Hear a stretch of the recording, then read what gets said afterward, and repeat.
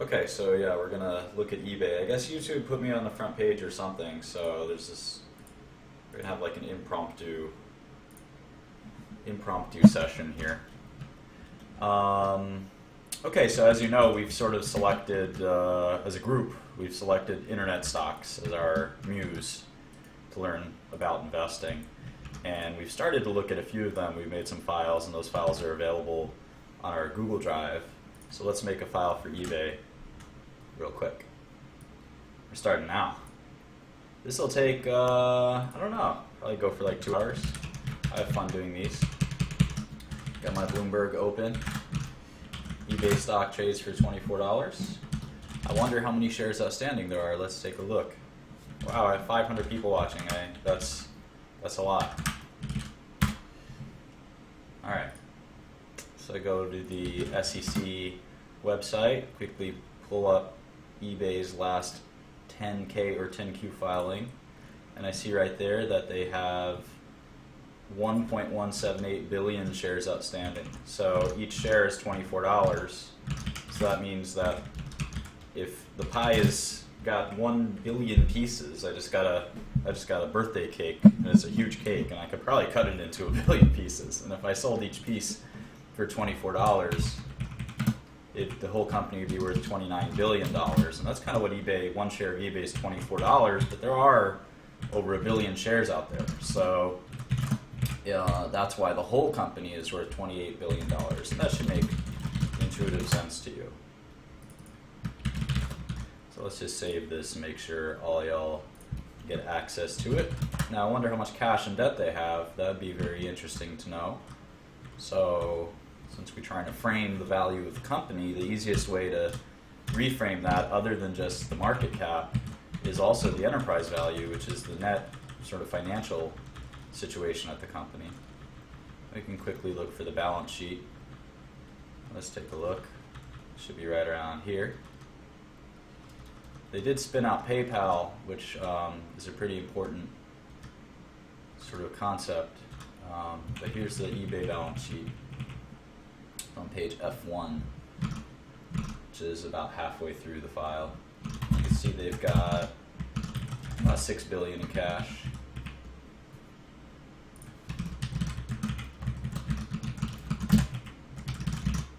$6 billion.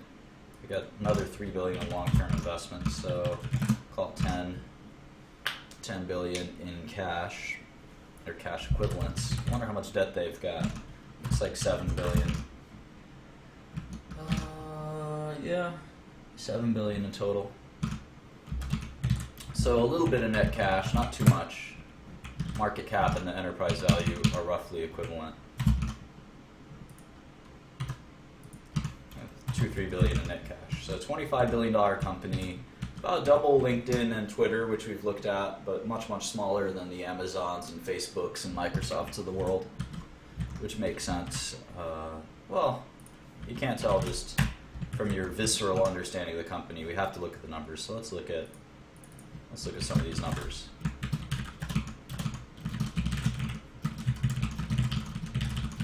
Let's quickly make the last couple quarters, so we can get a sense for what eBay is all about. I wonder if they're still growing or shrinking or what. Back in the day, they were a high growth company. It was one of the first stocks I ever really took a close look at. I track listing growth very carefully. eBay listings are very important. So let's see. Here's revenue. Well, revenue is flattish. About 8 billion a year. Kind of makes sense. Just colloquially, you don't really hear about eBay very much. Gross margins are still as high as I remember them.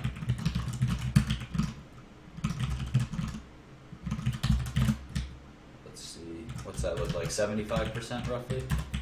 79% gross margins?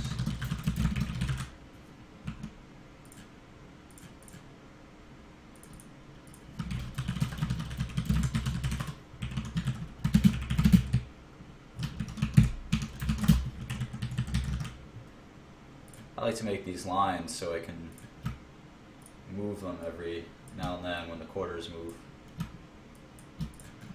so I can differentiate between actual and historical. My friend Joe taught me that. Alright, let's look at the rest. Provision for transaction losses, that's interesting.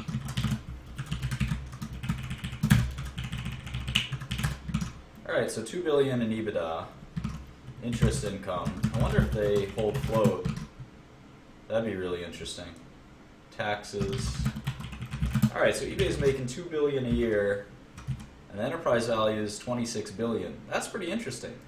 That's pretty interesting. If you think about that, that's what, 10 times earnings? So they've been making roughly $2 billion, $2.5 billion a year. The earnings have declined a little bit. That makes it a value stock for you Graham Dodd kind of, you know, so if, let's just for argument's sake say that earnings drop, well, let's see, it was 1947, so let's say earnings drop 5% a year from here on out. On a runoff basis, eBay could be attractive. Yeah. And let's put down what last quarter's revenue growth was. We can put down gross margin. I guess let's go to the Q4 page real quick, and let's do the rest of the years.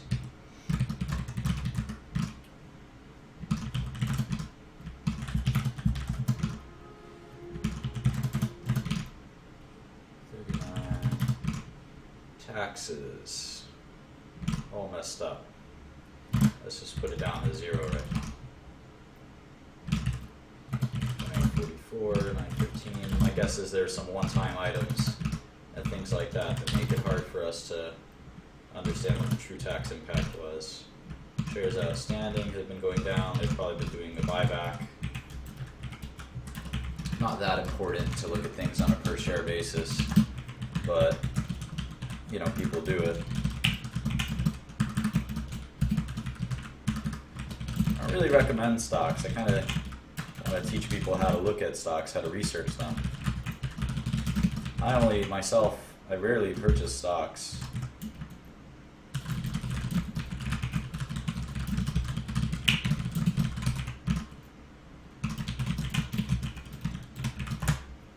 Alright, so we got our template kind of set up here. Let's see if we can't find the press release that accompanied their fourth quarter. Here it is. That was easy. Gross merchandise volume. So that's a metric they give out that we should track. This is how much was auctioned, I guess, on eBay that quarter. So $22 billion. We should track that really carefully. Active buyer base, 162 million. That's interesting. I haven't used eBay myself in a long time. The website kind of sucks. But revenue's flat. Let's look for an income statement. Here it is. All right. 2 billion.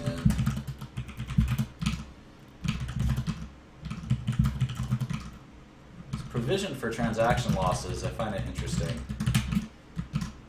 I guess they sort of have like an insurance almost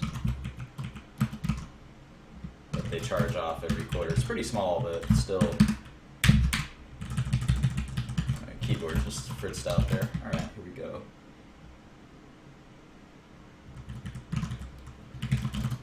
Alright, so roughly 2 billion run rate for net income if you look at just Q4, but I'm guessing Q4 there's some seasonality. Although if you eyeball it, it doesn't look too seasonal. On a full year basis, Q4 is 2322 divided by 8592. That's 27%, so pretty close to what you would expect if the years were even Steven. Let's take a look at the rest.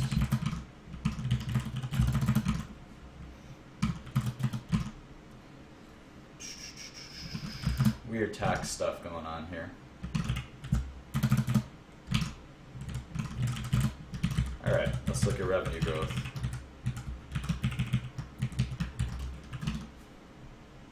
Check your buyer base number. 162 million.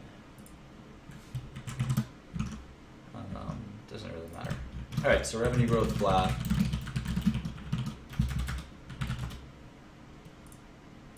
Hang on, I got some banning to do.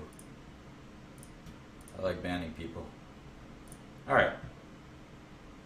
Gross margin is down here. Put operating margin. It's not that important to track, but for you noobs, could be worth tracking.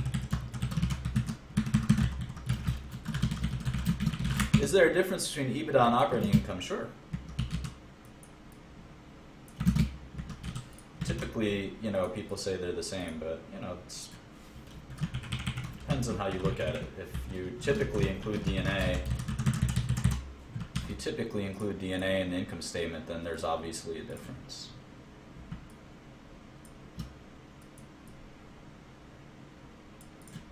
All right. Let's see.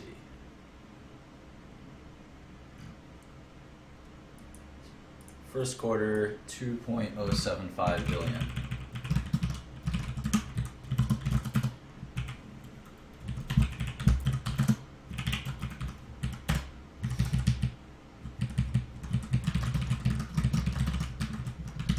Let's get into a few more quarters.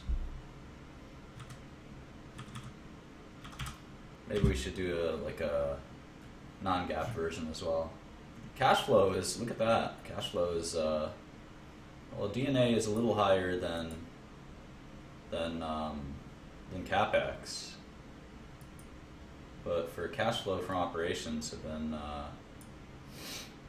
a little north of 2 billion. So maybe it's close to 11 times earnings for flat earnings growth. Seems pretty reasonable. The only question is, will eBay still be here 10 years from now or 8 years from now in the format that it's in today? And that's hard to tell.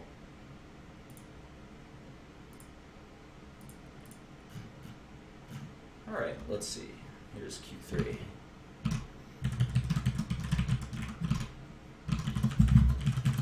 Does anyone think eBay is going to exist like 10 years from now in its present form?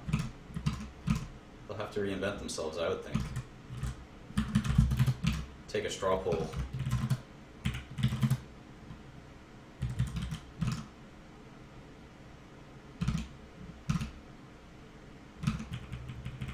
This is so weird.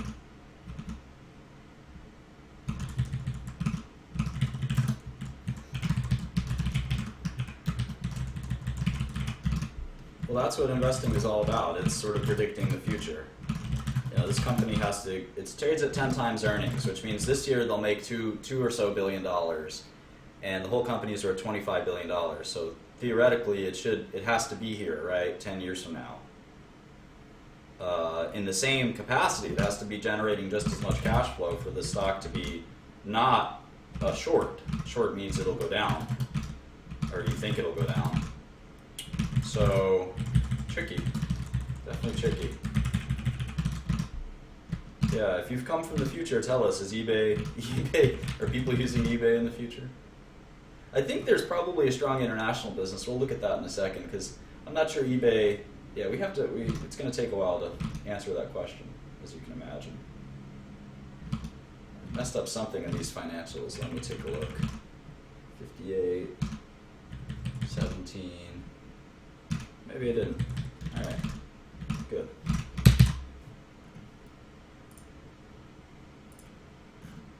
Thanks for running interference, Jamie. All right, what's this?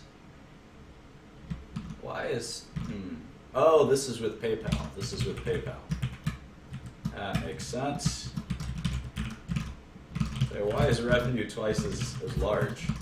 It's funny that PayPal ended up being the bigger business. When eBay acquired them, it was the other way around. It was a tuck-in, tiny acquisition. Sometimes we call that a tuck-in, Tuckin. That lets you grow a little bit. It's like a small acquisition you do.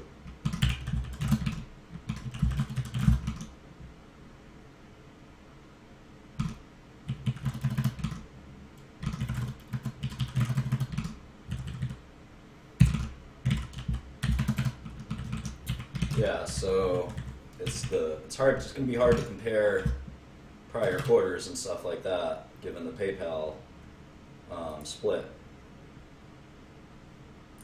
Oops. But we'll throw it in there.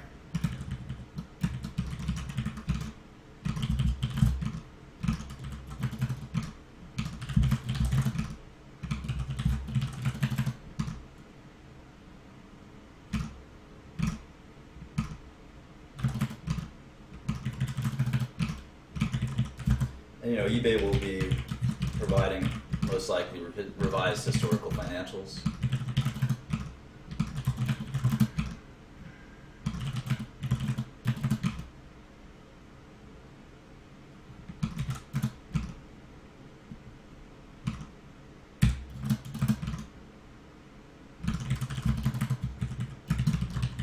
Okay. So we'll have to find the eBay only portion, I guess, and go through that. It won't be too hard. Let's go back to the quarter press release. There's some interesting stuff in there. Yeah, no, I'm definitely God mode on Microsoft Excel. That doesn't, being good with Excel doesn't mean you're good at investing. That's the hard part. Getting good at Excel is easy. All right, here's some interesting information. Oh, look at that, StubHub. Okay, so let's pump this stuff in the model. Huh. Marketplace, StubHub.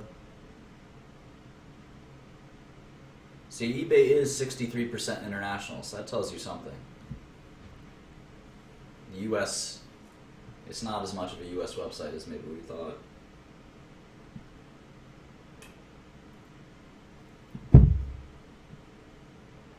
Marketing.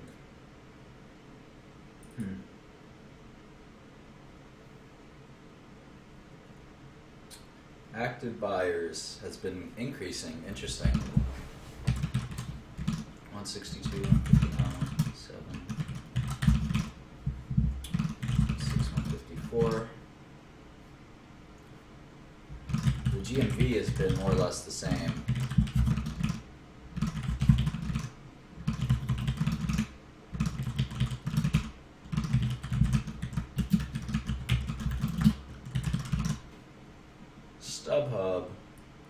StubHub has good growth.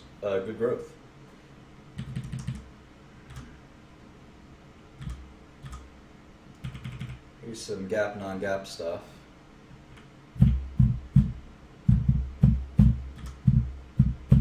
We'll have to reconcile that at some point.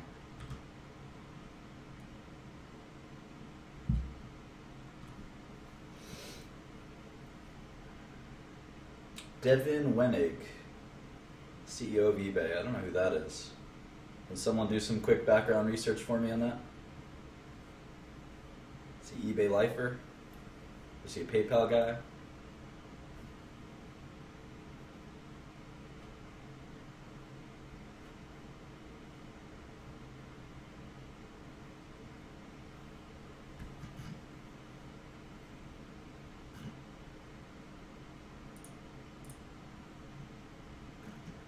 I wonder if they provide some data pre-post split. Let's go to their IR website. I've never taken Adderall, no. Here's eBay's investor relations website. He was a PayPal guy or an eBay lifer? Which one? You guys are telling me both. 600 people watching, wow. Good for you.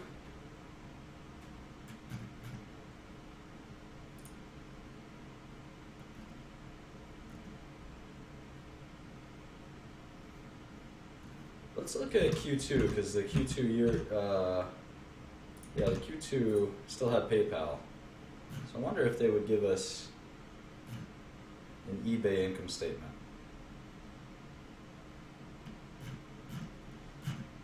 Nope.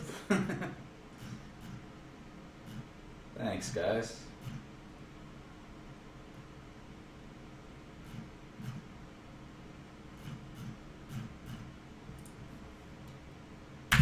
Oh, he was a Thomson Reuters guy, huh? He was a pharma guy, really? Really? That's pretty funny.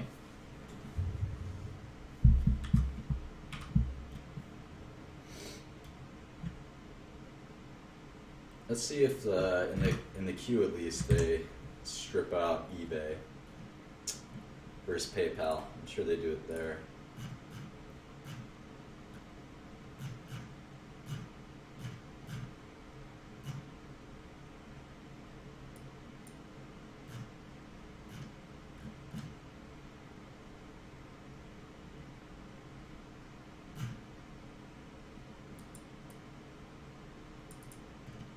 Looks like it's here.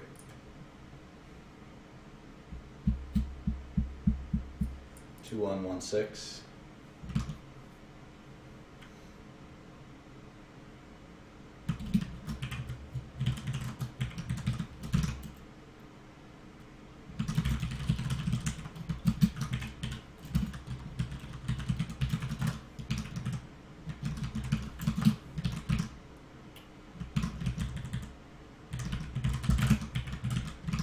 It's a little difficult because of the PayPal spin-off.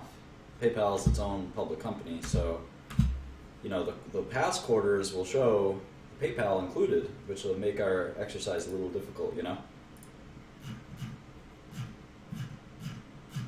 Kind of a pain in the ass. Here we go, 2069. So you can see this extremely flat kind of eBay growth, right? 2 billion, 2 billion, 2 billion, 2 billion. Every quarter, 2 billion for 10 quarters. So hard to say what it'll be next quarter.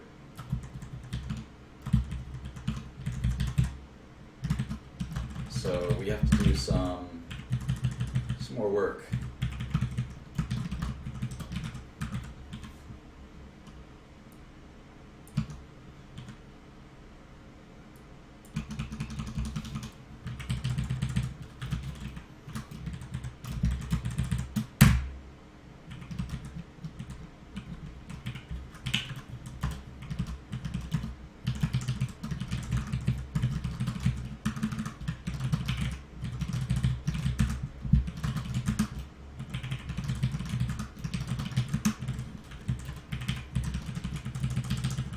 Alright, so let's say eBay revenue declines by like 2% a year. Is that fair? Or is that too slow of a decline? What do you guys think?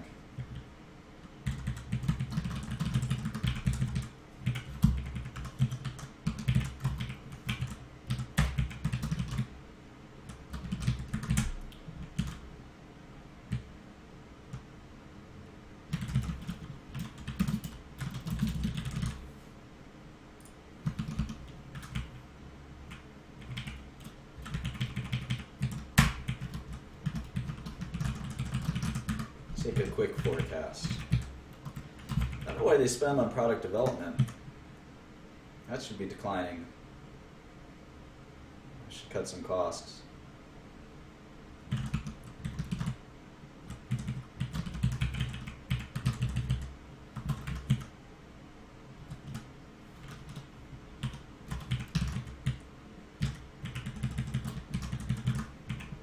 Bad debt's going to be pretty stagnant.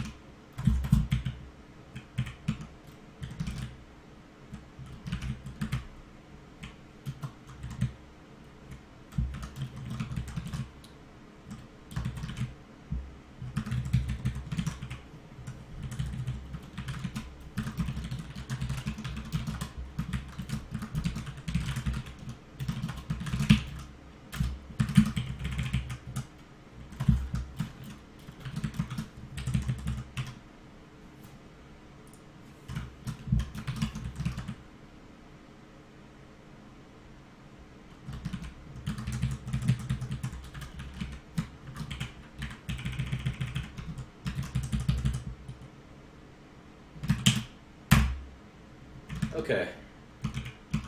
So what this tells you is that at 8% discount rate, eBay is roughly fairly valued. It's amazing, we just picked kind of some random numbers and it's exactly what the stock price is. Let's take a look. Cash is, gotta add cash back. So the value is 23 billion per share, that's $19 a share. Current stock price is 24, so very similar to the current stock price.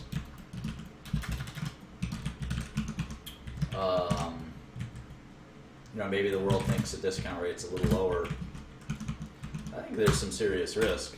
Typically when you see tech companies flatten out in revenue, there's serious risk of disintermediation. They've had flat revenue for some time. Well, let's go back to 2012. We got to take a really kind of psychological view of eBay at this point.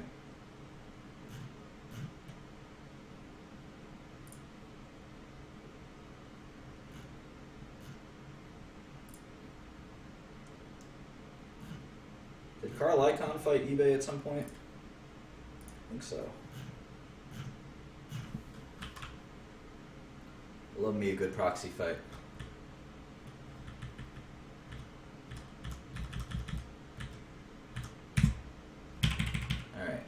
Alright.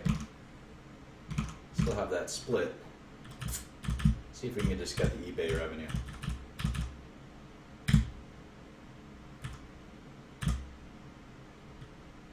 What the heck is Zong?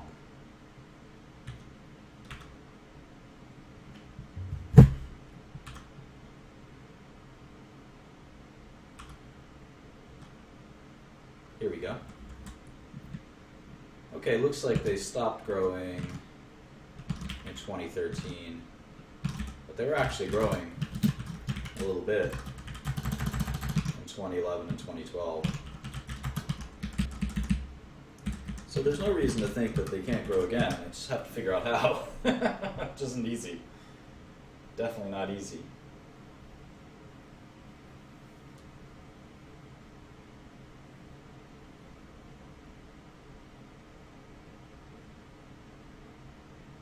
It's a very mature business.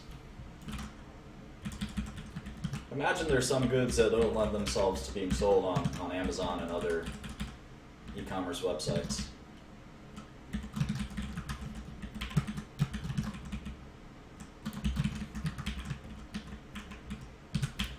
Margins don't generally go up over time. Let's see if we can mess around with this.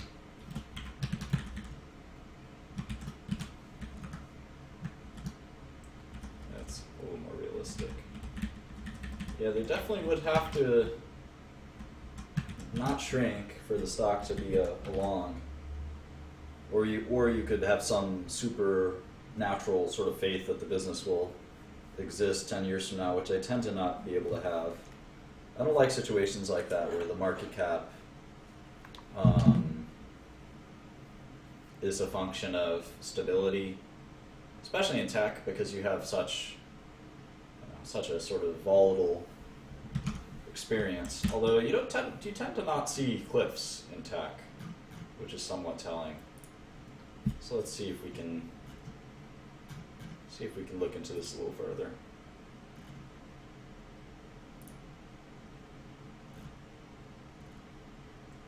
StubHub and eBay classifieds. Sure.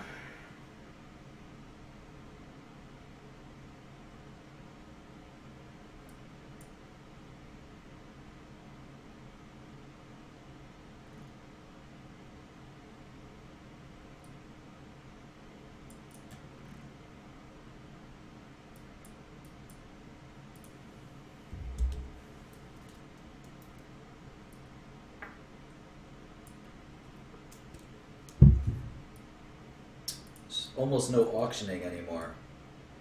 Just fixed price sales. Interesting.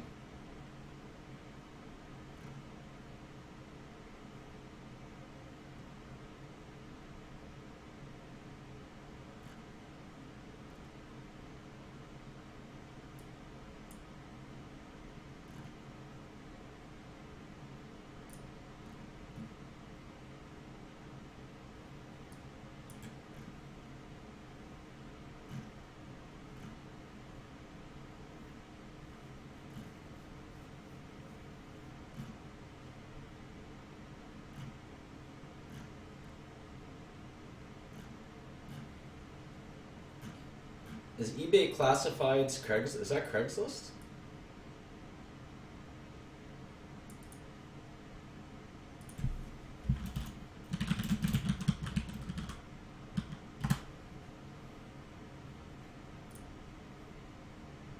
Has anyone ever done this? eBay classifieds?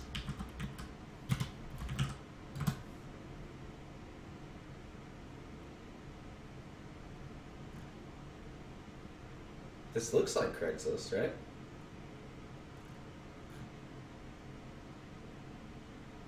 It's like a sanitized Craigslist. Without the sex stuff. Alright, let's see here. I don't know, let's try classes and lessons.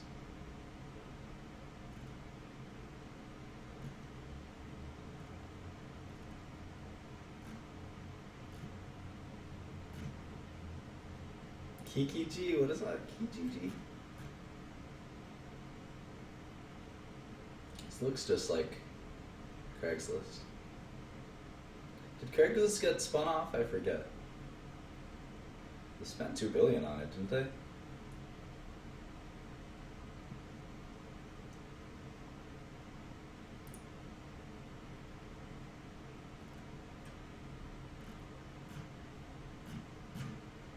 Huh. I had no idea this existed.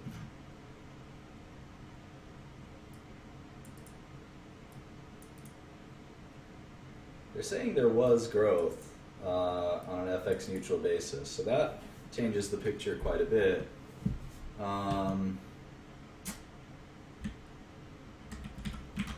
Obviously, if they can grow, even for like 5 more years,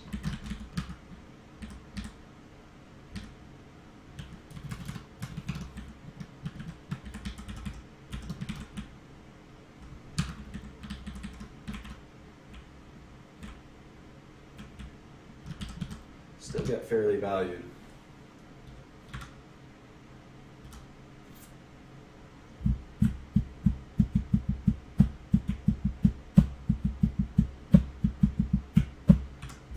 StubHub offsets a little bit of the weakness.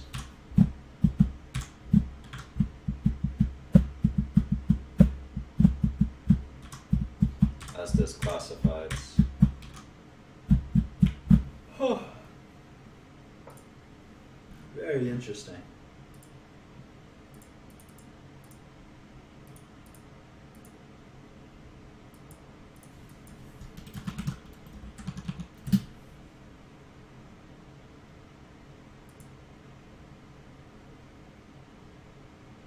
What I want to do is invite you all to welcome Devin Wenig, President and CEO of eBay, our first keynote of day 2.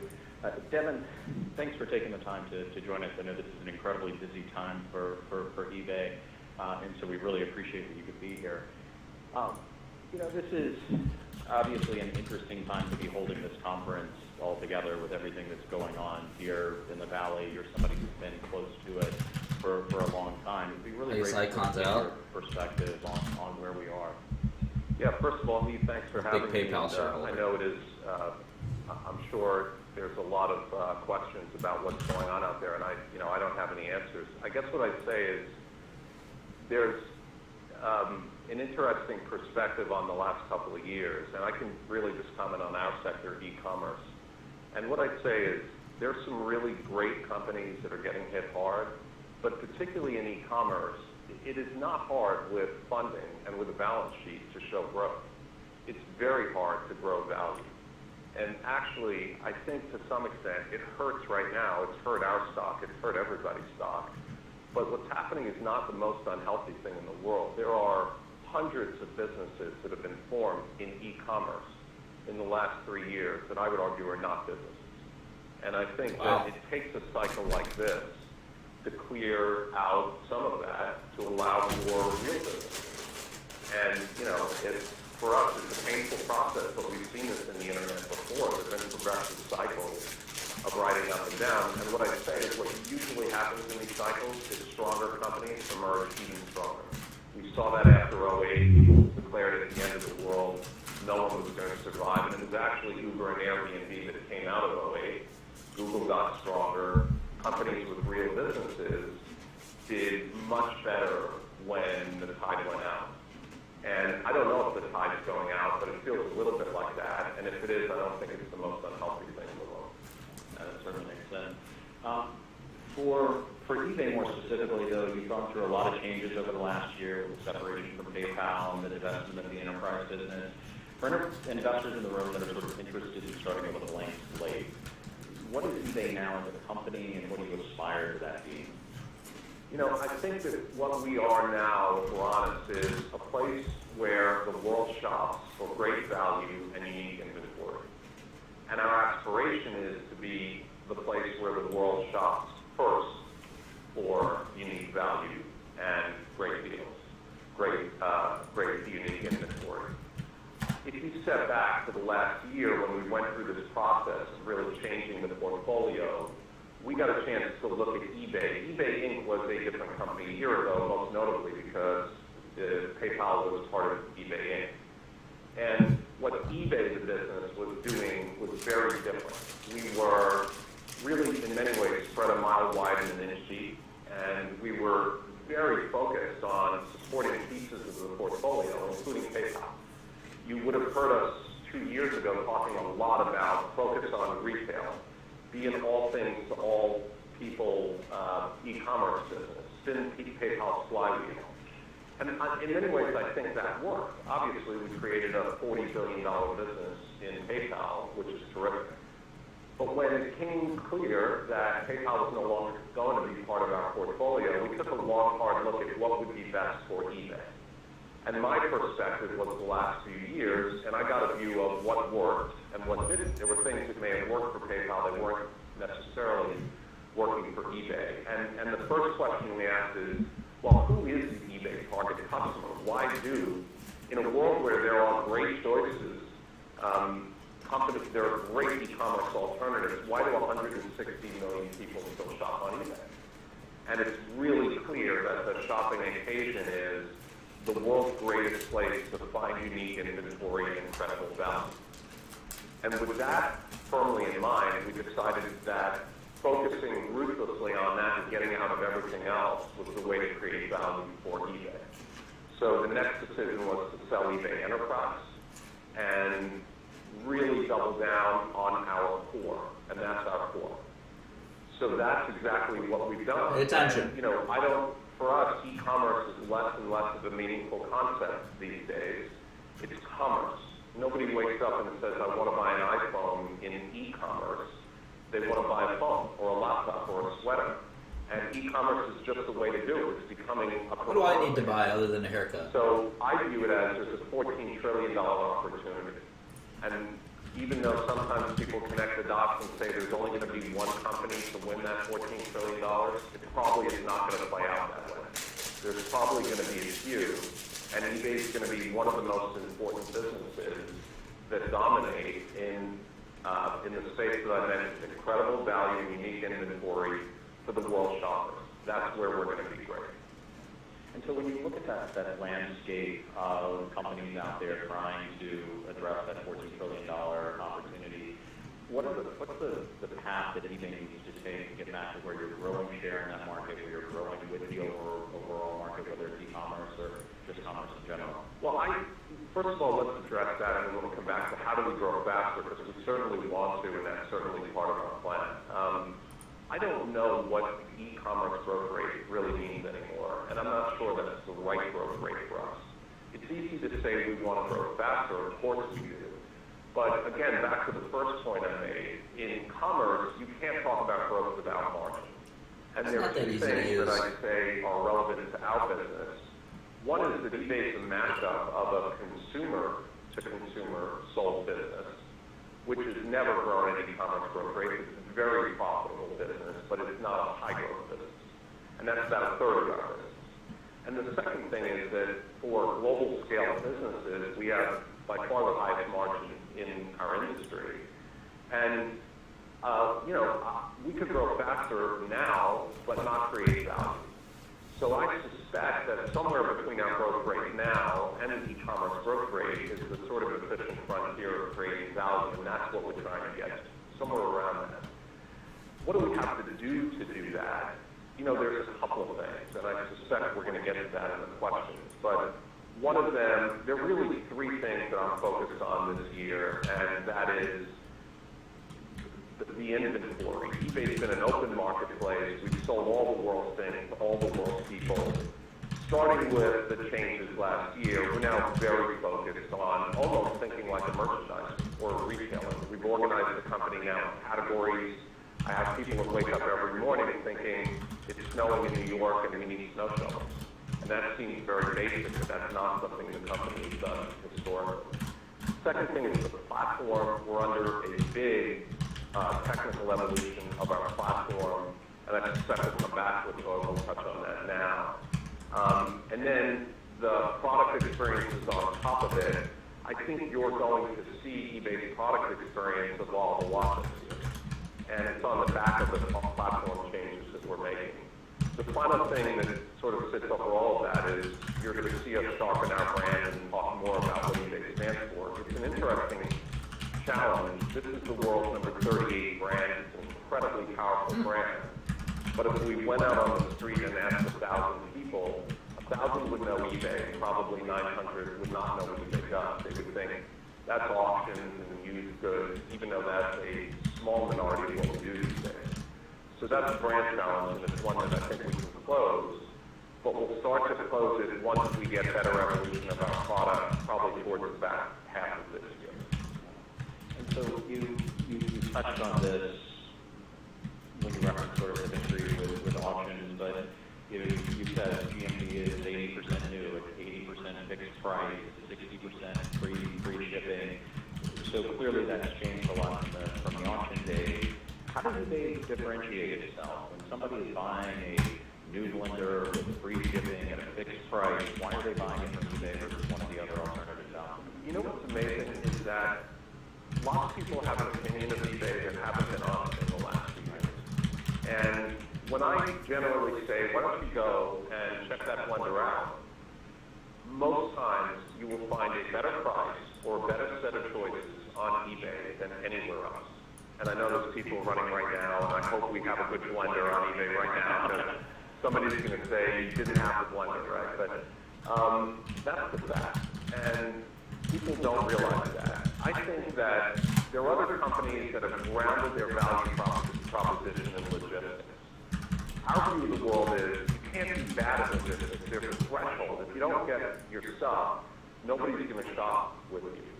But if you're good enough, and then you have better choices, better prices, more versions, more variations, that's how we win, because that's authentic to who we are. So we sell a lot of those new blenders and Xboxes and iPhones. You know, people are stunned here. We have a multi-billion-dollar cell phone business. We have a multi-billion-dollar electronics business. We sell an incredible amount of car parts. All of them are new. And the question is why? Why is because average shipping times on eBay are now 3 days. That's not bad. And we have better choices. We simply have better choices than anybody else. And if you're willing to work through our complexity, which is the problem that we have to solve with the replatforming, you will often get a better shopping choice on eBay than anywhere else. Now, if I can solve the complexity, that's how you start to move the growth rate back. Well, then maybe it's a good time to talk about that. How do you solve the complexity? I think that some of the brilliance of eBay's model is also some of its greatest challenge. And the brilliance of it is it's been a friction-free open marketplace, which basically said to the world, you know, go sell whatever you want, and that includes businesses. And you can sell whatever you want, however you want. And it's been in this unstructured marketplace for its 20 years of existence. And really what that means, without getting into too much detail, is we have thousands of iPhones on eBay right now, and everybody that's selling the iPhone is probably explaining that iPhone slightly differently, even though they're exactly the same product. That creates friction, a frictionless environment, and it's created the amazing selection advantage that we have, 800 million items, which is bigger than anybody's marketplace. but it's complicated. And if you shop that today, our answer for everything historically has been search. It's been reducing all of that through search to show you search results, which is fine. We grew a big business that way, but particularly as the business moves to mobile, people's patience, consumers' patience for scrolling through thousands of search results is not very high. The huge change that we're making is moving from this unstructured world to a highly structured marketplace. And that is not something we've historically done. It's something we are doing now. It's not easy and it takes time. But in essence, what it does is it allows us to associate those 1,000 iPhones together and then collapse them into a set of best choices. So instead of showing you 1,000 phones for sale, here's the newest one, here's the best value, here's the best functional equivalent, or whatever. That to me is authentic to who we are, great choices. But it pushes the simplicity curve way out, and that's the journey that we're on. You've done this with some parts of the business already. You're starting to see some results. Can you give us a sense of what that's looked like so far, what the benefits have been? Yeah, I would, I'd encourage people to still look at what we're trying to be very transparent about what we're doing, and we're showing people what we're building along the way. We did that at our last earnings call. An example is these product pages. An example is you're now seeing simple things like product reviews show up on eBay. That's a question I get a lot. How come you've never had product reviews? We haven't had product reviews because we haven't really had products. And now that we do, you're starting to see really rich reviews showing up. You're starting to see us build structured pages. You're starting to see us merchandise better. These are really, what I say is they're needles and haystacks right now. They're very small, but we are a very data-driven business. And we don't do anything unless we measure it and unless it works. And for the things that we're building, the early indicator that I'm looking for, at the end of the day, there are only two metrics that matter in commerce, traffic and conversion. And the early indicator is conversion. When we build simplicity into the product, do we get better conversion? Can somebody visiting eBay more simply find what they want to buy? It's that simple. And we are seeing that. It's not yet moving any of our numbers. In fact, all the proceeds steps we're taking to transform eBay are marginally hurting our numbers right now, and they will for the better part of this year. But where the needles are in the haystacks, I like what I see, and that gives us confidence that as we scale that, we'll get benefits across the portfolio. One of the other strategies you talked about on the seller side is more of a focus on smaller sellers, even individuals in some cases. How does eBay selection and ultimately the buyers benefit from that focus? The amazing thing about eBay is the incredible amount of fragmentation that it aggregates on both the seller and the buyer side. We have 25 million sellers. The next biggest marketplace, putting China aside for a second, the next biggest global third-party marketplace has a couple of million. And that's in part consumers, but small businesses, really the core seller in our selling base. And, a large seller on eBay is a couple of $1 million. And that's out of a marketplace that's selling north of $80 billion. So this is not, we don't have any concentration of supply, nor do we have any concentration of demand, 160 million buyers. For us, what you can expect is as we make this pivot out of big retail, down that tail, we haven't even scratched the surface of the richness of inventory. When you think about the world, where the world is moving, the fact that consumers now want to shop mobile and omnichannel. Think about every boutique and artisan store and small bookstore and handmade crafter and there are entrepreneurs, there are millions of entrepreneurs in the world, there are millions in the United States that don't have a digital presence. And the reality is that that's eBay. And I want to put, instead of putting 3 more huge retailers on to sell commodity goods where I don't compare well to my competitors, I want to put 1 million small businesses on and have an incredibly rich and diverse and unique set of inventory. So that when you shop, you always check eBay first, because why wouldn't you? We have better choices. That's where we want to go. You've been through a lot from a traffic perspective over the the last couple of years. Can you give us a sense of, how that's evolved, where customers come to eBay from, how you attract them, and how important sort of paid marketing starts to become in the evolving places around? It's always been important to us. Let's start with the most important source of our traffic and customers is organic. It comes directly to our apps or to our website. And that's really the brand showing up. When you say, why is the brand valuable? How can I measure that? We measure it through direct traffic. People that don't have to come through a referral, they come directly to eBay. That's because they know the eBay brand. And that's always been a significant majority and still is. However, a not insignificant minority comes through channels. Those channels historically have been dominated by search and other channels. That has been a challenge for us for many years. And in May of 2014, it became an even bigger challenge. Google rolled out a whole set of new changes. And for us, that hurt that minority of traffic that comes through that channel. There are two things that we are doing to make that traffic and new customer acquisition more robust and more, I'd say, less volatile. If you look at eBay's 20-year history, it's been very volatile. It's sort of a 2-year cycle of boom and bust. And I don't like that. It's hard to manage the business with that. So the first thing is we've got to diversify those sources of traffic. And the great news is there are great choices now that there weren't 5 years ago. Social being the most notable. So we are really putting lots of oars in the water, and you'll see eBay now aggressively advertising and exploring different engagement models on Facebook and on Pinterest and on, you name it, 14 separate channels. For us, we need to scale that. We're one of the biggest digital advertisers in the world. So, we don't advertise unless we get the ROI, and we haven't yet been able to achieve ROI, so we can't move tons of money into those channels.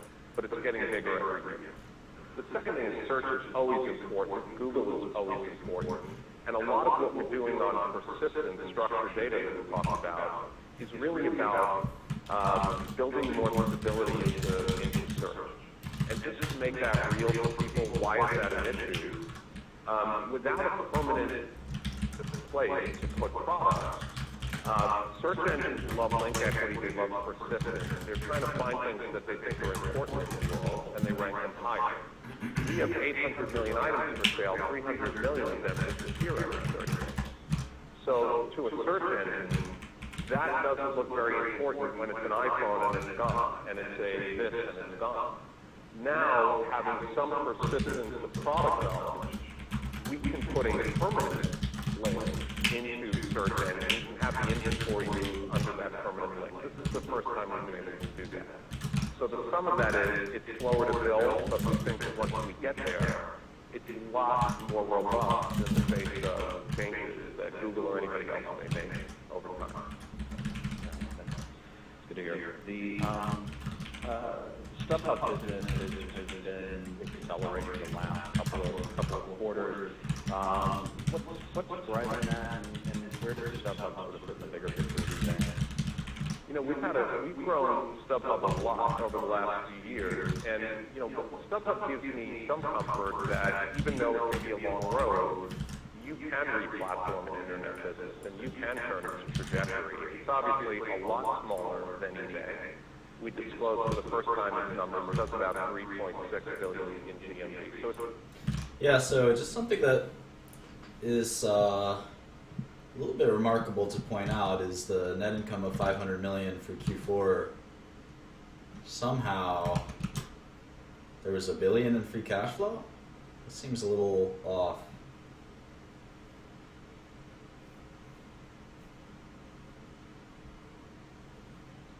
Trying to figure out what I'm missing.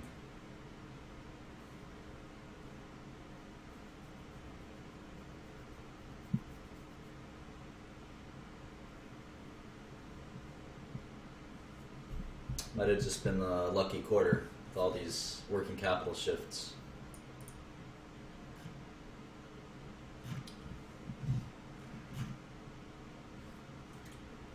I mean, $1 billion a quarter in cash flow would mean $4 billion in net income a year, a cash flow a year, 25 billion cap or 22 billion cap. That's pretty exciting. Let's see if this quarter was the opposite. I would wager that it was. Well, maybe. Let's see.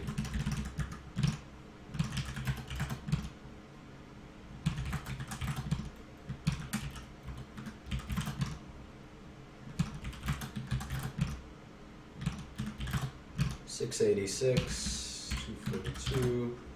All right, so you had cash flow below net income.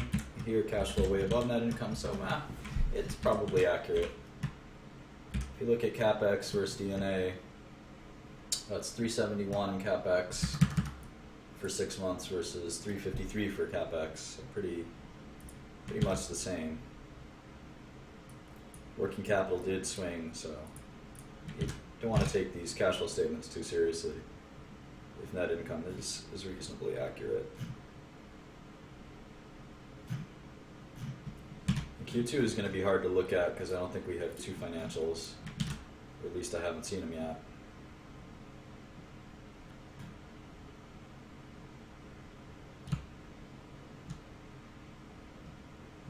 All right, so maybe now we can start to think a little more seriously about their business.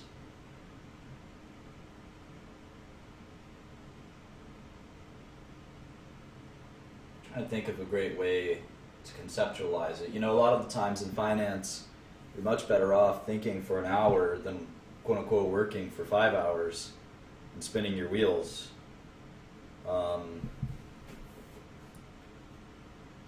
Sometimes it's very hard to sort of conceptualize the company.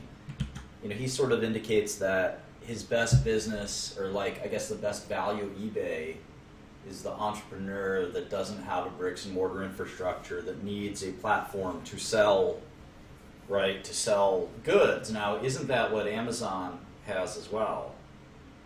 Amazon's revenue is growing substantially.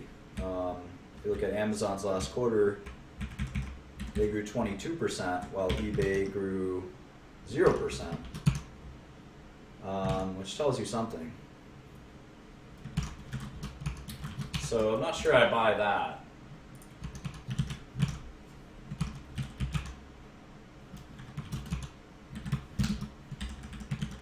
Not sure I buy that.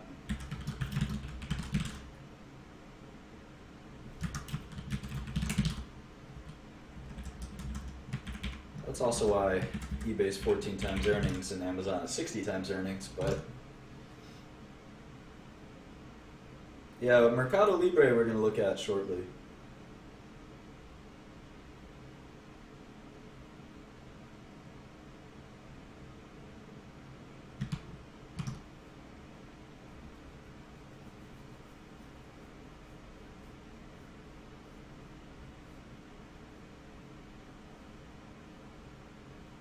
You think eBay is like a budget Amazon? Is that the idea?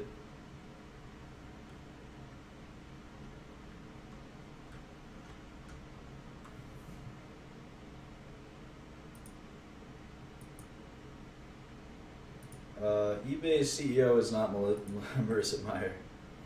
Wrong company. You're thinking of Yahoo.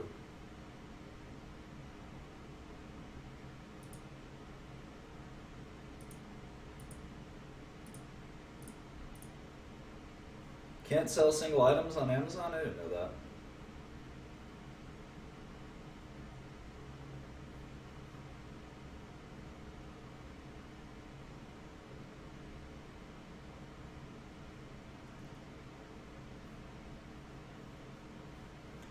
Gross market value, 19,601. I think we've been tracking that.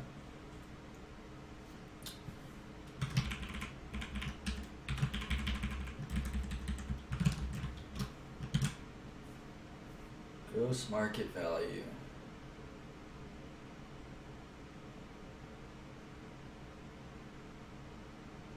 So eBay sells $80 billion of goods a year, I guess. They don't sell, I mean they list, they have a listing fee.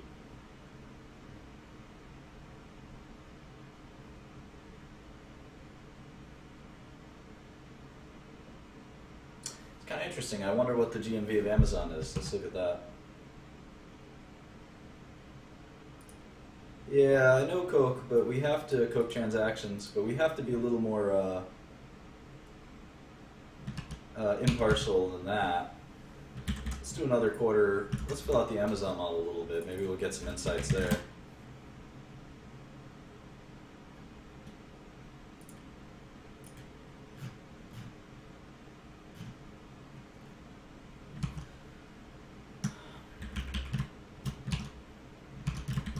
Oh, Amazon's really seasonal.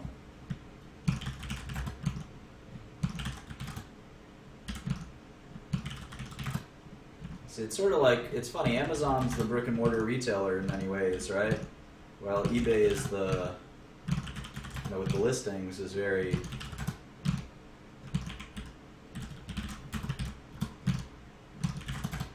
skinny.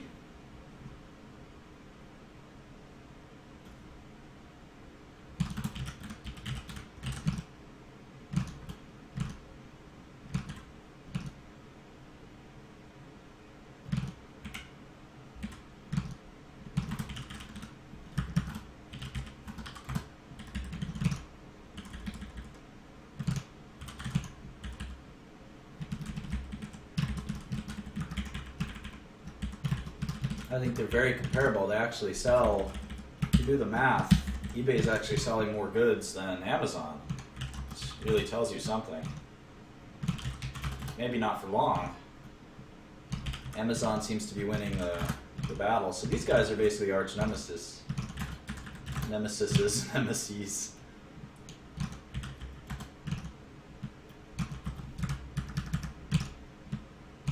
What is going on here? Hang on.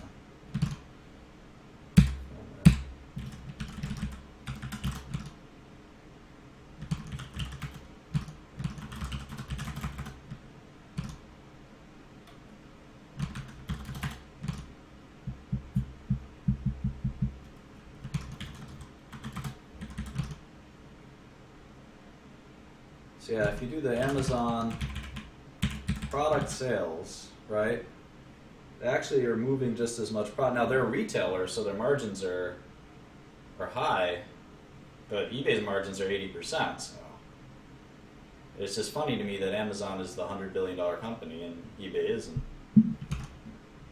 The $250 billion company, excuse me. Growth does a lot. You know, growth gets people going.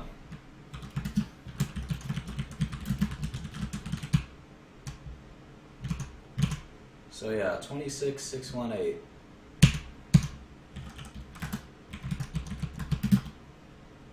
Amazon products, 18,463. Yeah, it's interesting. Amazon is so seasonally driven that big Q4, eBay doesn't have that. You barely get a bump in Q4 for eBay. Fascinating, huh?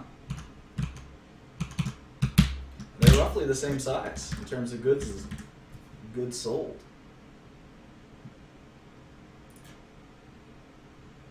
Yeah, I'm just looking at the product section of Amazon, the e-commerce section, so I'm not including the services like web services.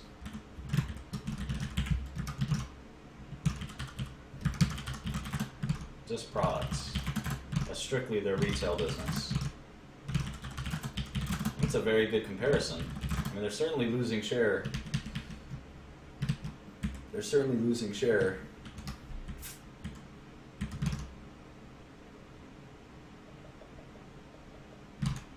I'm lost here. All right.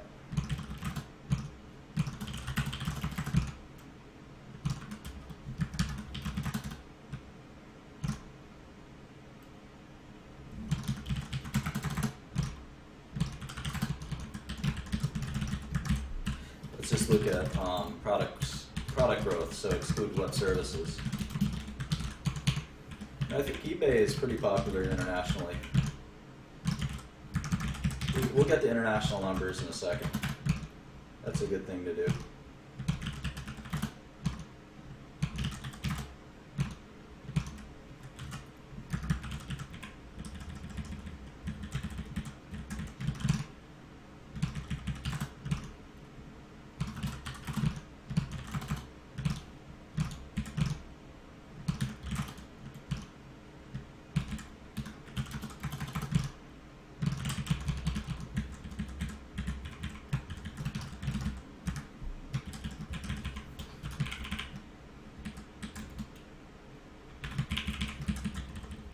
Yeah, I mean, Amazon's growing 15%, eBay's growing 0%, or they're actually shrinking a little. So Amazon's definitely winning the e-commerce wars. They have all these funky growth initiatives, right? Prime is one. I get a lot of emails. I don't have time to respond to all of them. I'm sorry, guys. Especially lately, I've been kind of busy with some legal stuff that I'm focused on.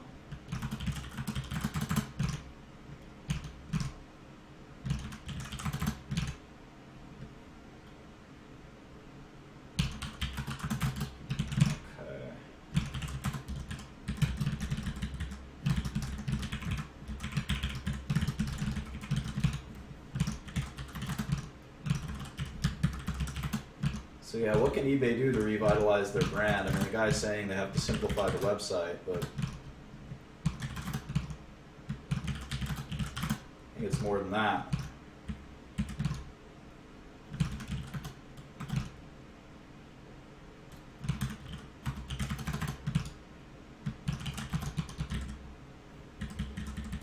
And if you notice, the product growth actually started to accelerate. It's freaking accelerating, which is really remarkable.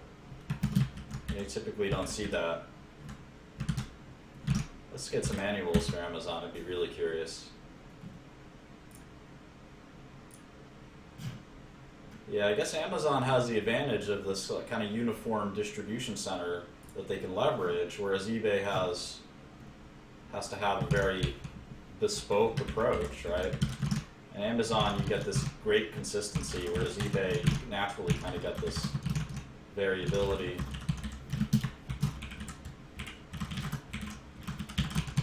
Here's product sales on an annual basis for Amazon. And you can see quite robust growth. Let's go back to 12 as well.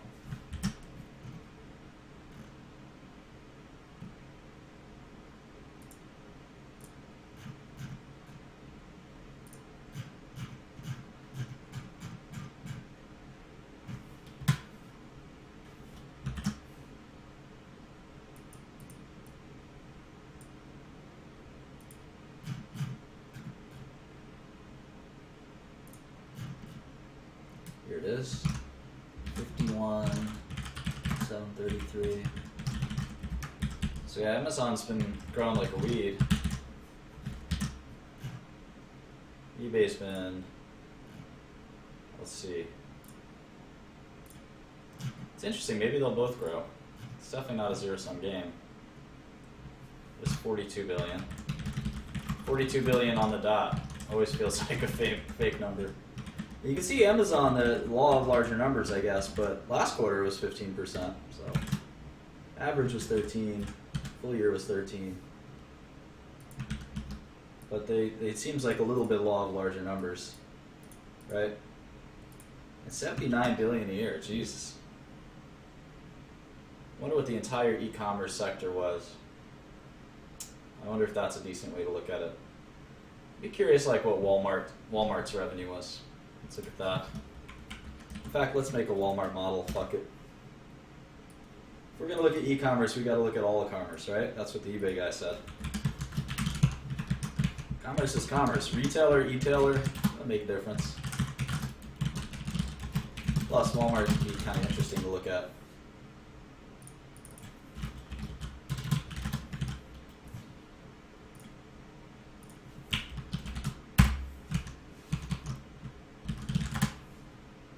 Let's listen in while we do that. The fraction of eBay's business, still it's not insignificant, approaching 4 billion, and it grew at 30% plus last quarter.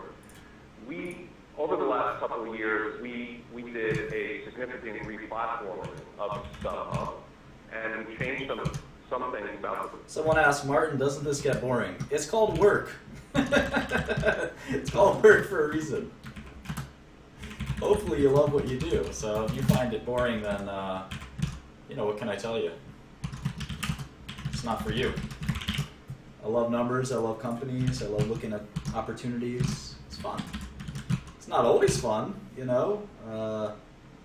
at the 383rd company is Not always that fun, but it is what it is. The way we show prices. But there's always been a strong link between the two. You know, a few years ago, we basically got out of the ticket category on eBay and refer people to StubHub.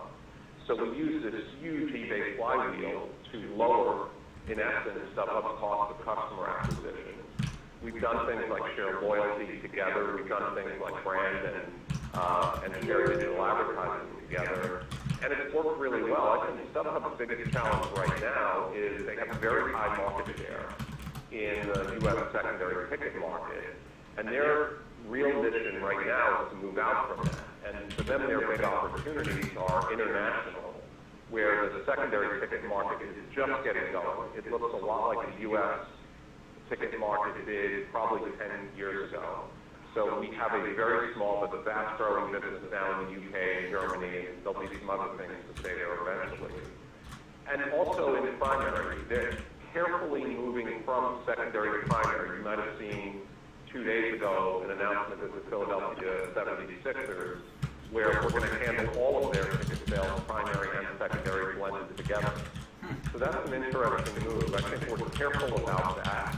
We want to be careful that we're doing things we know. We're an internet business, we're not a hardware business, and primary ticketing gets complicated. But what StubHub is amazing at is they have better data and a better buyer base than anybody. And they will leverage that as a wedge into new adjacent markets.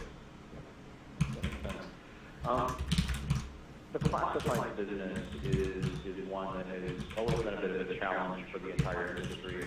High volume, low monetization businesses, or at least have been historically. Is there an opportunity for eBay to change that? I think we have changed it. And, you know, I think people were surprised when we disclosed the numbers last quarter. And you did a report a while back that sort of hinted at it, but now that we've opened the kimono of it, I think people can see that this Wow, Walmart pays taxes. It is a very profitable, consistently growing business. And the reason for that is these businesses tend to be national winners. They tend to be domestic markets, local consumer-to-consumer selling. They grew up around things that were not easily shippable on eBay. You know, they grew up around, well, I can't sell my couch on eBay, and I can't sell bulky items. So we'll do that through a local classified format. Our business is really at scale and won in 9 markets, 7 of them European, plus Canada and Australia. They consistently grow in the mid-teens. We don't disclose the margins, but they're very profitable. And what we've always done and what we'll continue to do is we take profits from the winning markets and we build seeds. And, you know, we raise now these 9 markets, but we also have seeds in 3 or 4 others where we haven't won yet, but we think that we will. And maybe the biggest prize is the U.S. The interesting thing happening in the U.S. is that classified market appears to be back up for grabs. And it's a mobile-only play, and we've launched, our classified group has launched a mobile-only play called Close 5, which is not monetizing yet, but it's really ramped very, very quickly. You know, we said earlier in 2015, we were in Q2 we were at 300,000 downloads of the Close 5 app. In Q3 we were at 3 million. In Q4 we were at 6 million downloads of Close 5. And that's the playbook. The playbook is get surface area, get vibrancy of buyers and sellers, and monetization doesn't turn on until a couple of years later. So right now, that's a zero revenue business, but it's a business scaling, at least in its user base, very rapidly. So we do have time for questions from the audience. If you have a question, raise your hand. We'll get a microphone over to you.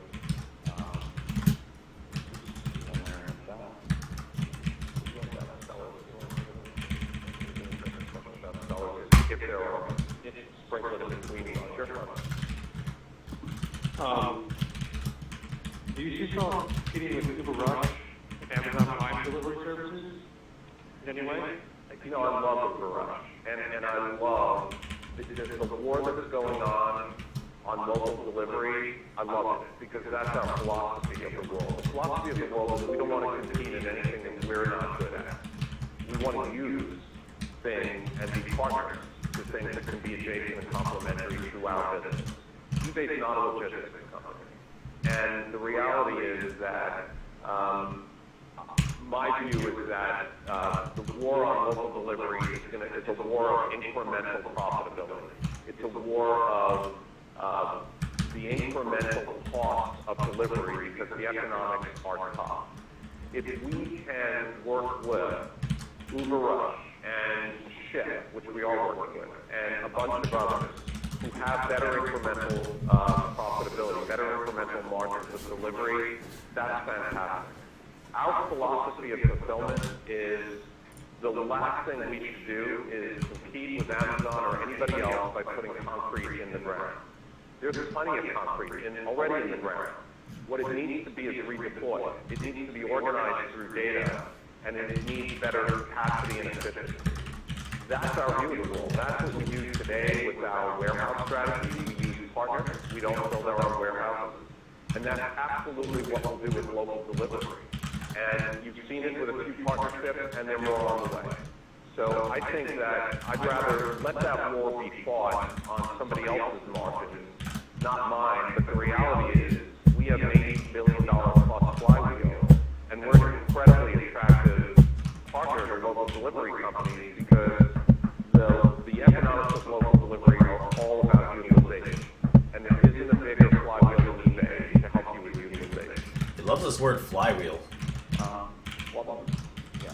If I ever meet him, I'm going to make fun of him and be like, well, it's kind of like a flywheel. Priorities you have for sellers now under the new platform, what are most important for you? I guess the first thing that I would say is that we meet with our sellers all the time. It's really the lifeblood of our business. And sellers want eBay to win. They're really, I believe, authentically behind us.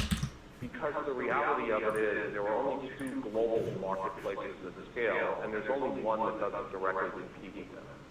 So they want eBay Amazon. to do well. And So Amazon competes with their own. And, for me, if I just look at our 16 agenda, what they want from eBay is fair policies that are consistent. We haven't always done that, and we're really trying hard to do a better job at that this year. We're just rolling out in the next 2 weeks a whole set of new seller standards, which I believe we're very well received. They want great data so they can scale. They want tools that make it easy to list, and they're going to get a lot this year around new listing tools and better data. One of the great things about our marketplace is it's two-sided, and the data is self-reinforcing. We're giving people guidance now on these items are selling at this price, sell them here, sell them there. And they want great service. And I want to improve all of those things in 16. And we're getting feedback constantly from sellers that we're trying to get better for them. You mentioned that you'd rather have more small sellers than large sellers, and I'm curious why one or the other. You had tests or whatever with something like Best Buy, and you bring a halo of authenticity and all that when you have those. When you have the technology, why can't you incorporate all that so I can go? I can personally make my choice if I'm willing to go there. Obviously, compete with Amazon and the like, but it doesn't hurt you to have more selection, I would think. No, I agree with that, and I'm actually very glad you asked this question because it isn't one or the other. It's where the emphasis is. So we have 4 or 5 huge retailers that have built really nice businesses on eBay. Best Buy is on eBay and they're doing really well. So is Target, so is Mediaset in Germany, and I can go down the list. These are all businesses that are doing well. However, all of our emphasis was on all over the last several years. And actually, when you look at more heterogeneous inventory, it tends to be offer less of a comparison, be more unique, be more authentic to our brand. It tends to move into the torso and the tail. So I suspect we are still going to grow their businesses, and there'll be other retailers that come on eBay. But you'll see the emphasis shift, and you'll see many more small businesses come on, which you haven't seen over the last couple of years. So it's really about where our center of gravity and our emphasis is, but it's not one or the other. Time for maybe one last question. It's one more. Sure.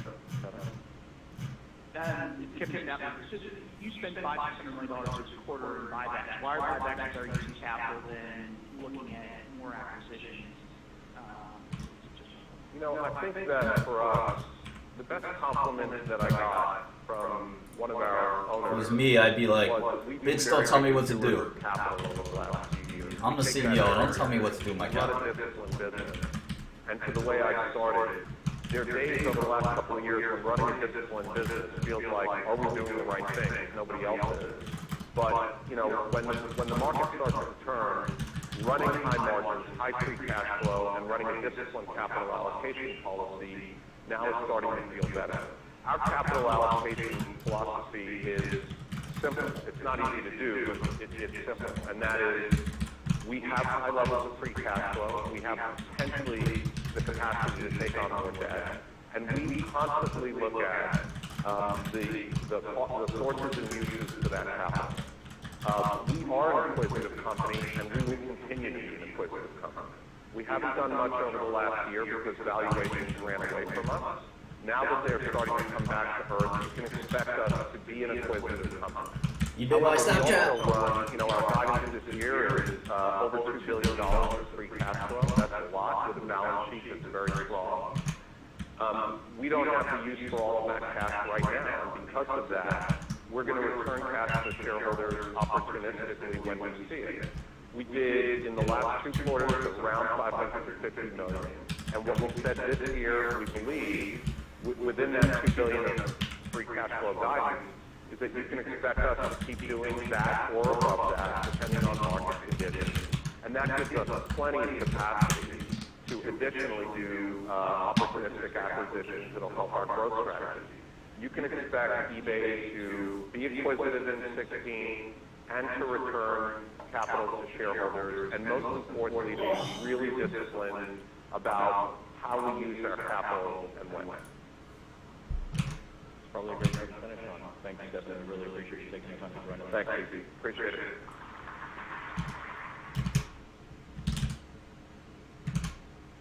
Looking at eBay and Amazon definitely, I think, necessitates looking at bricks and mortar retail. I don't think there's a way to, definitely not a way to look at one without the other, which is a little annoying because I think when we signed up to look at tech, we didn't sign up to look at retail. But, you know, that's business for you. Sometimes it takes you in directions that you don't know, and sometimes it can be fun. No reason to cry about it, just suck it up and do the work. I think it'll be very insightful to look at the Walmarts and Targets of the world. So let's look at Target real quick. Now you notice that, very interestingly, that Walmart has not grown, eBay has not grown, but Amazon's been growing. And I think there has to be winners and losers in this, because commerce in general is probably not growing over time. So we gotta figure that out. Maybe there's some government statistics that can help us with this as well. I think there probably will be. So you can see you need a sort of game plan for looking at a company. It doesn't happen quickly. You can see you have to lay the foundation, get to know the numbers, get to know the company, listen to the company talk, hear what they're about, and then slowly but surely you might be able to sort of figure out where things are headed. But it's not going to be easy.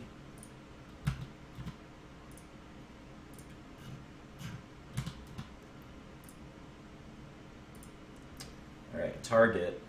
Some people call it Target.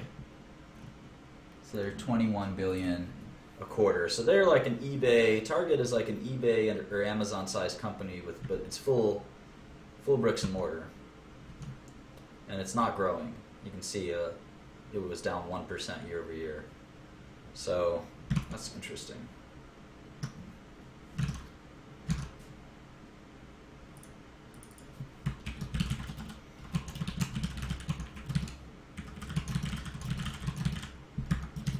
I'm just going to put in revenue.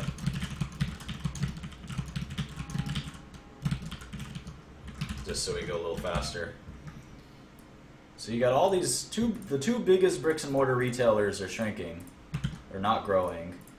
eBay's not growing. Amazon's eating everybody's lunch, taking everybody's money. Interesting.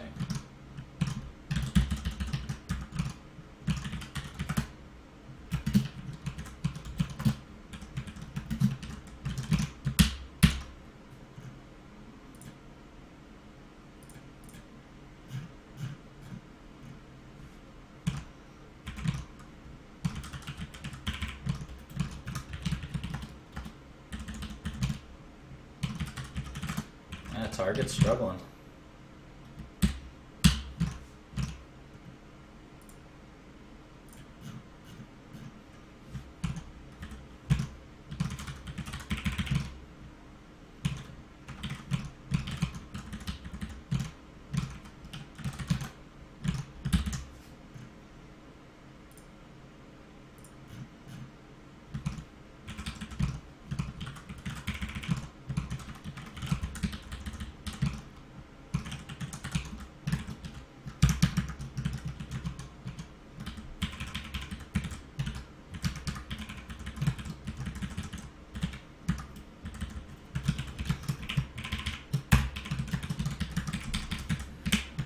Huh.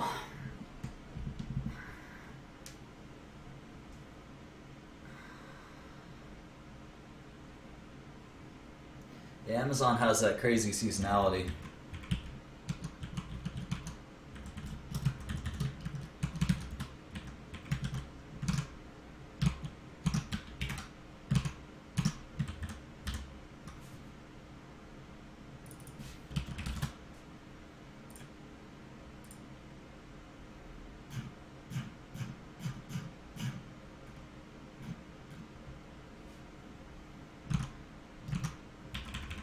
Oh, Walmart actually had a really good quarter. How about that?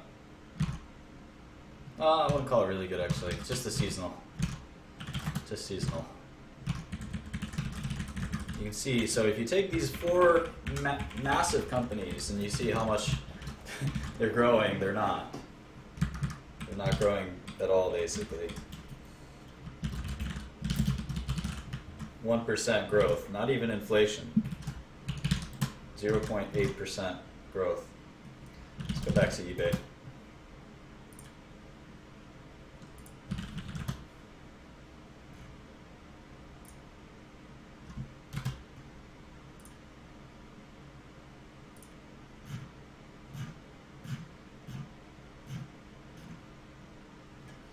All right, so 1659. Where's? Let's open the eBay. GMV.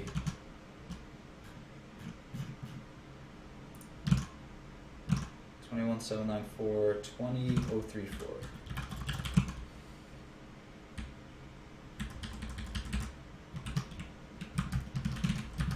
So revenue tracks GMV, which makes a ton of sense. I mean, obviously pricing on listings costs would be the only other thing that would make a difference.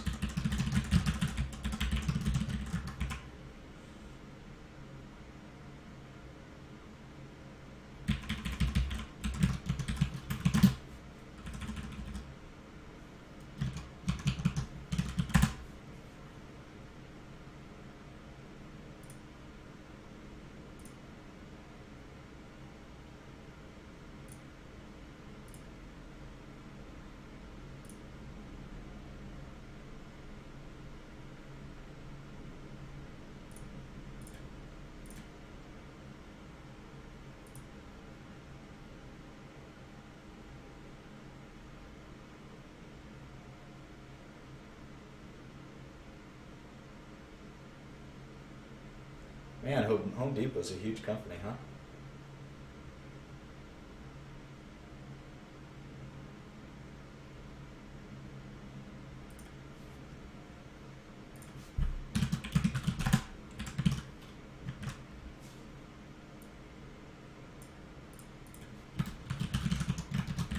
Yeah, this retail rabbit hole isn't going to be fun, but c'est la vie.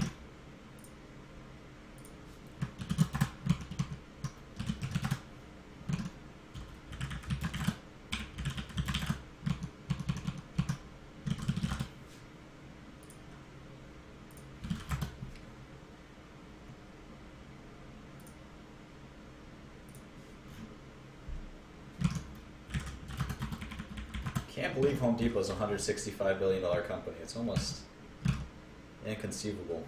I'm also the guy living in a New York City apartment.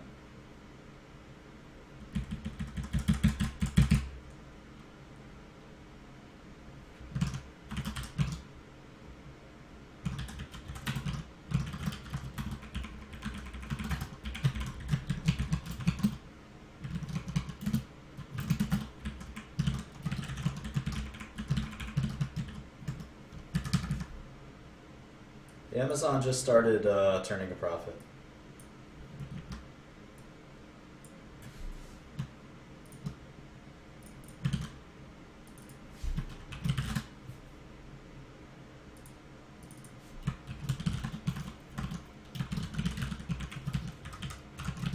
Home Depot's diversified, really? What brands do they own, other than Home Depot?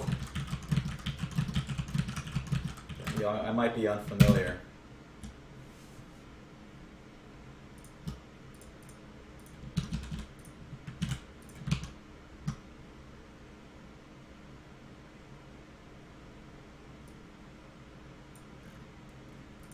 Well, the revenue's not much.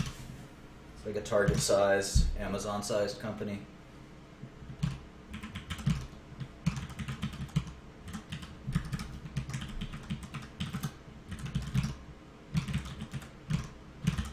Tiny bit of growth.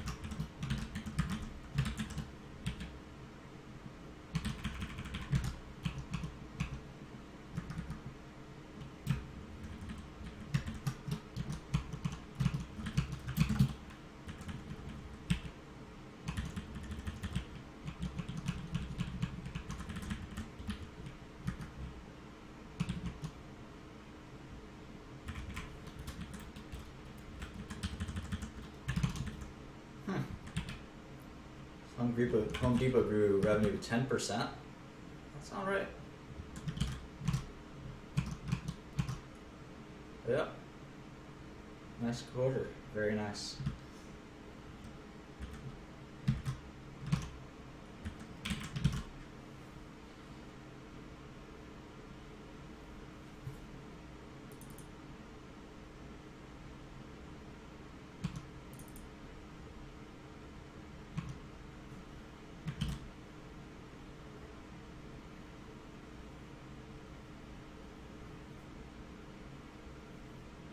Interesting. From holiday quarter to holiday quarter, Amazon grew market share by 1.4%. Pretty amazing.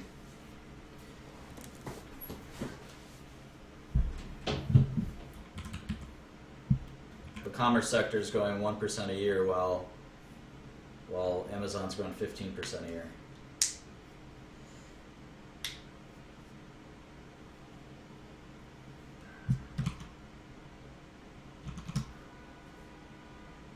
So it's sort of about finding that niche. I don't know, I think eBay has more longevity than maybe I thought. Let me make some adjustments here.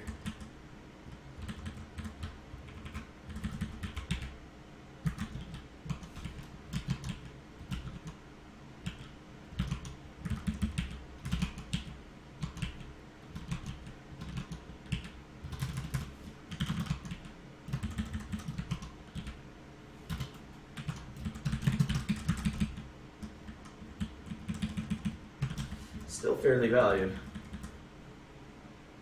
Unless they find some big growth change. I mean, it's not, it's not, I don't think it's going to grow 10 or 15% anytime soon. And again, the problem is the zero-sum game. The commerce sector can't, retail can't just grow all of a sudden. Someone's got to lose. So they could take share back from Amazon. And it certainly doesn't seem likely right now, given Amazon's the one kicking butt and eBay is the one sucking wind.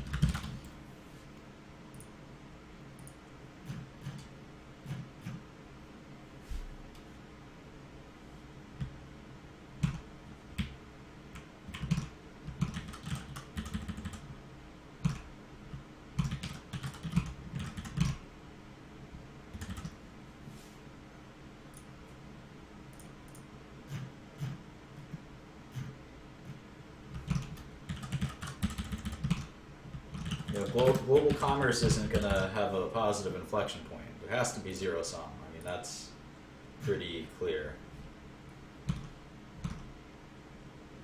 This is a 16-week quarter for Costco. Bizarre.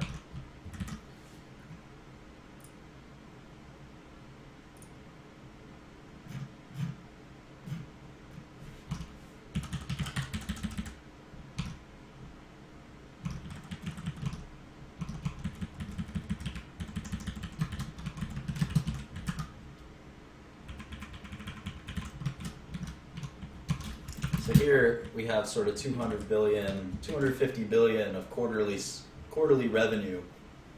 So $1 trillion of annual spend on these 6 retailers. And you see the growth is de minimis. See if we can get one more eBay number.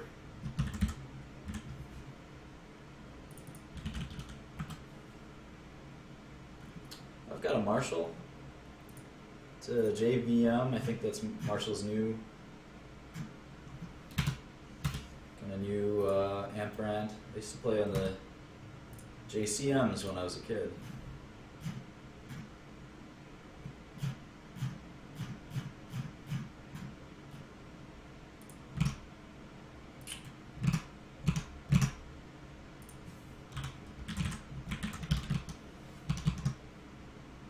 Gross market value. It was adjusted for PayPal, I guess, but it's pretty close. 24.85.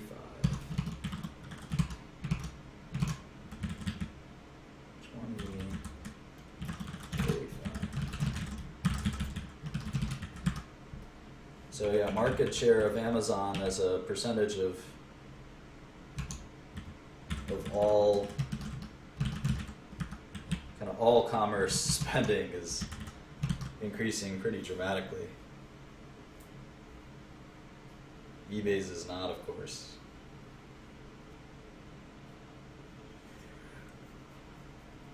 Yeah, it's hard to beat the trend. You've got basically one company growing 15% year over year, and every other company basically flat.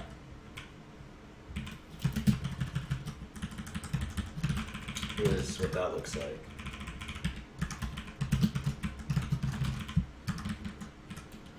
Costco. Yeah, last quarter, Costco. Let's take the average. Year over year growth for 6 retailers. Which one doesn't belong? The only one that's kind of an outlier, other than these 4, are all plus minus 1%. It's Home Depot at 7%, and Amazon, of course, at 14%, which is like quite Six Sigma. And the average, of course, is about 1.6. And the good thing is Amazon's so small, right? Amazon's so small, it's only 10%. There's no reason why you can't get to Walmart's level. Why not? And that sort of still begs the question of, if you look at these two guys, they're still pretty small portion of the pie. And people will always want bricks and mortar shopping.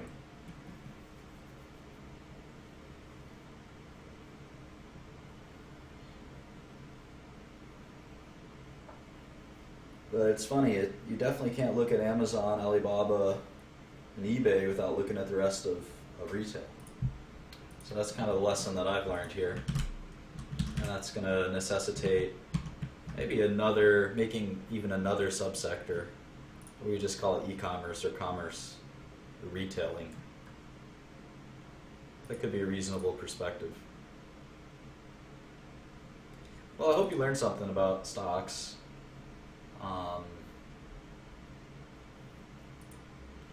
Like I said, the math is actually pretty easy, right? The conceptualization of the business is the hard part. I'll upload all these files momentarily. Hope that was helpful.